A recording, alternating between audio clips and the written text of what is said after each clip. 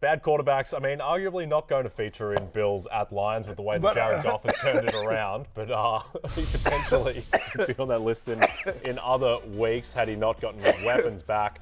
The line there is 9.5. Bills' favourite. The total is 54.5, and a lot of fantasy relevant players in this game. A lot of guys that you're starting.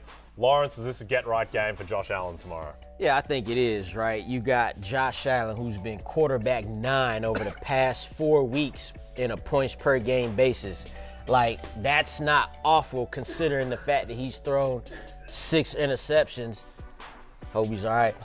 Considering that he's thrown 6 interceptions over the last 4 games, now he's playing the Lions defense, who, mind you, has been 4th in fantasy over the past 4 weeks. But the Lions defense probably won't have Jeff Okudah in that defensive backfield.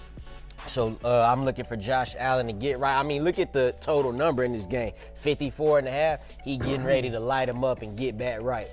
Yep, no, I'm with you there. It's been a strange 4 weeks for Josh Allen. He hasn't looked particularly Josh Allen-y for 4 weeks straight, but certainly against this Detroit defense in a dome, total 54.5, he should be right. I think you're starting any Bills. You know, like, to me, the question is, if you're desperate, do you start James Cook? Are you starting James Cook? That's a good question. He ran well last week. I am not, because I'm not desperate in any league, you know, and you have no teams on a bye this week. But I could see it in a game in which they're favored heavily, in a game in which he got significant run. Like, I think he's a viable flex play in a 12-team PPR or deeper league this week. Sorry, You got Zach Wilson. No, a little bit. Like, just, you know what, like, you know, you drink heavily on the set, and sometimes it just goes down the throat wrong there. So I apologize there. To me, I think the more interesting conversation about this game, guys, is the running backs. Right on the other side, the Detroit Lions running backs. Like, you're starting Amon-Ra St. Brown. Yes. But Lawrence, Jay, what are we doing with DeAndre Swift? What are we doing with Jamal Williams? I mean, we're obviously starting Jamal Williams, but Justin Jackson had 10 touches last week. He actually led this team in touches. He's averaging 6.5 yards per carry over the last 3 games. His snap percentage has increased each week. Like, is Justin Jackson a thing, or was that just because they were blowing out the Giants? Like, is DeAndre Swift ever going to get double-digit touches? How are we feeling about this game, guys? I was tuned in I was really into this game, and it was Justin Jackson who was the second back to get on the field for the Lions. In fact, we might look at the box score and be like, oh, DeAndre Swift scored too. No, the Lions were blowing out the Giants. That was a sympathy touchdown that DeAndre Swift got. Justin Jackson was like, DeAndre Swift didn't get in the game till midway in the second quarter. So a sympathy score is what you're saying. Yeah, they get like, hey, score. Man, you know. In high school, I lived on sympathy scores. I was going to say, that's just setting that very up far too easy. That kind of material.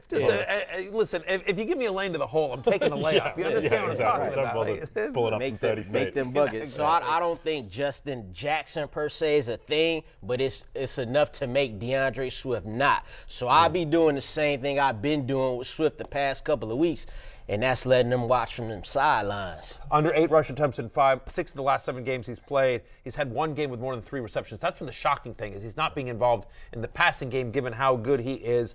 I think you have to start Jamal Williams even in a tough matchup here, you know, because of the touchdown equity, right? You know, no running back has more rushing touchdowns this year than Jamal Williams. He has 12 on the season. That's 3 times as many rushing touchdowns as the Packers or the Buccaneers.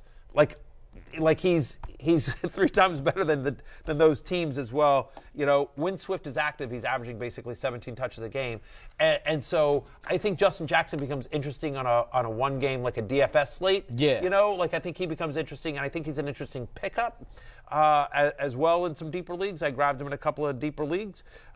Something to watch out for, because that usage, to Lawrence's point, was odd. Swift isn't on the injury report, so I don't know if they're just like, hey, we don't want to use this guy. You know what I mean? Like, we want to protect him. It's something, too, where people think of DeAndre Swift, and yes, he was a borderline first-round pick this year, but he doesn't have the profile of like a Derrick Henry or Saquon Barkley. They're not compelled to go back to him when Jamal Williams is playing so well. Let's go to Giants-Cowboys. Cowboys, 9-point favorites. I will just say, DeAndre Swift is a really good running back. He's good.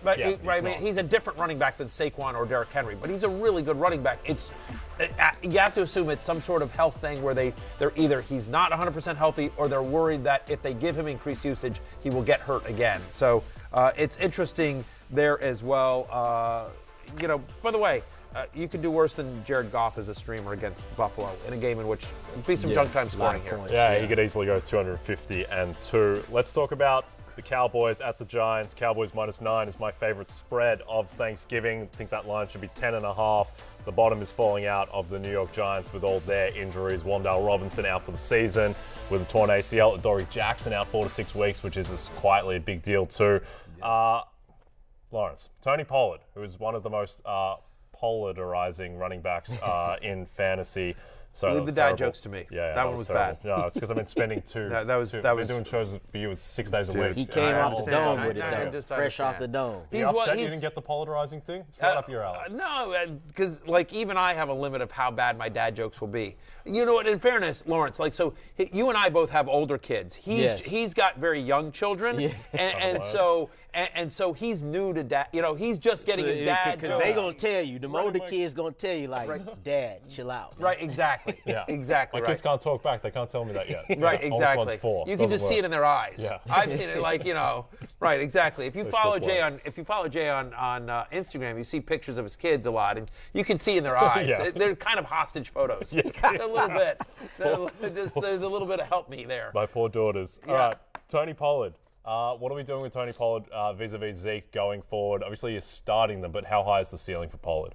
Yeah, well, he's easily a running back, too. It's like now the question is, he's a solidified RB1 for this week. He definitely is. Like, Zeke is still eating, but he going to get them little samples now. Like, when you're at a store, they give you a little sample on a toothpick. Right. That's how he eating right now. Tony Pollard is eating, but when he eat, he take big bites. You still do in the era of COVID. Do you still take samples at stores? I've stopped. Zeke still is. No, I understand. So what else he gonna get? I'm even more all in. Now it's a market inefficiency. No, I ain't gonna lie. I still do it though. I still do it. I've never been bigger on the toothpick bites. That's where I do my best work, Matthew. You want to see me in those stores? It's like watching Patrick Mahomes on Sunday night. All right, just cooking with absolute gas. You got it. Darius Slayton, Matthew. Market inefficiency. Is he a flex play? I agree with Lawrence, by the way, just on the running backs here. Pollard over Zeke. They finally started to involve Pollard in the passing game. That's the key, right?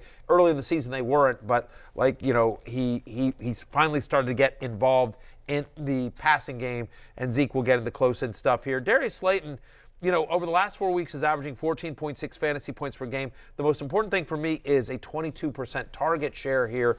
He's a big play waiting to happen. My expectation here is you'll see Trayvon Diggs on him, which is a tough matchup. But Diggs is a guy that will take chances. Yep. And Slayton is a guy who can do a quick double move. He's down the field, and all you need is one play for it to pay off. He's a guy that'll take risks, and so I think Slayton can make him pay, especially in a game in which they're 9-point underdogs, to your point. They're going to be throwing. They're going to be throwing. So, give me Darius Slayton as a viable wide receiver 3 this week. Okay. He comes in at 31 for me. A lot of viable wide receivers in Pats at Vikings, the night game. Vikings are 3-point favorites. Don't agree with that. That should be closer to pick for me. The total is 42.5. Matthew, what is the level of concern for the Minnesota pass catchers this week against the Pats secondary that might be the best in the league? Yeah, and again, I think Kirk Cousins is going to be under pressure. I don't think he's going to be good. I think he's going to struggle. This is it's a short week. The game is in Minnesota, which is helpful to him. But look, you have to start Justin Jefferson.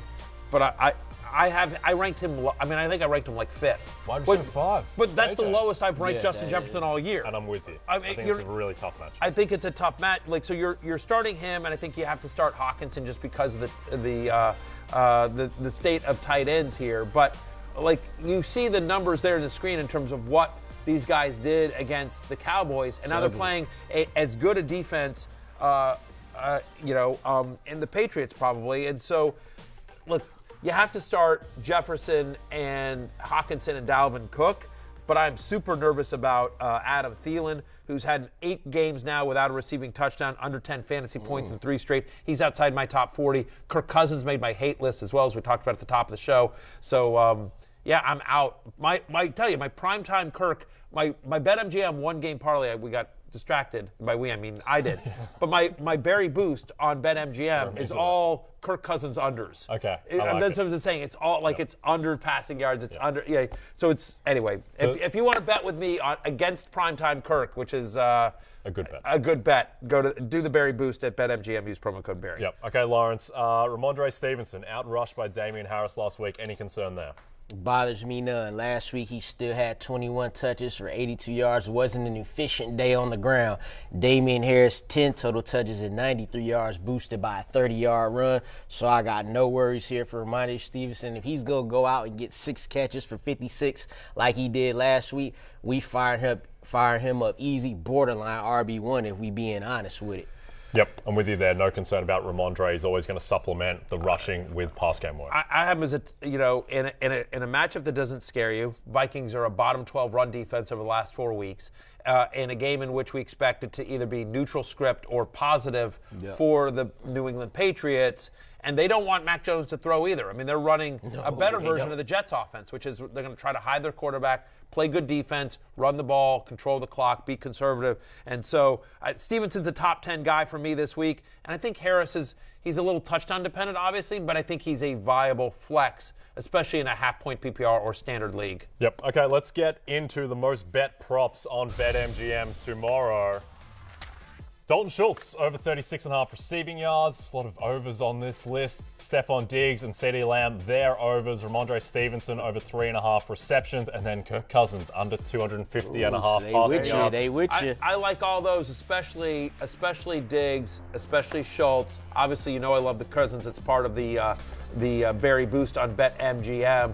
Worth noting, the Stevenson over 3.5 receptions is minus 140. Bit of juice, though. Yeah, exactly. Even BetMGM's like, all right, we'll give this one to you. But listen, the only thing better than spending time with your family on Thanksgiving is spending time with your family with your phone in your hand, watching football with money on the game. Hey, it's Matthew Berry from NBC Sports and Rotoworld.com.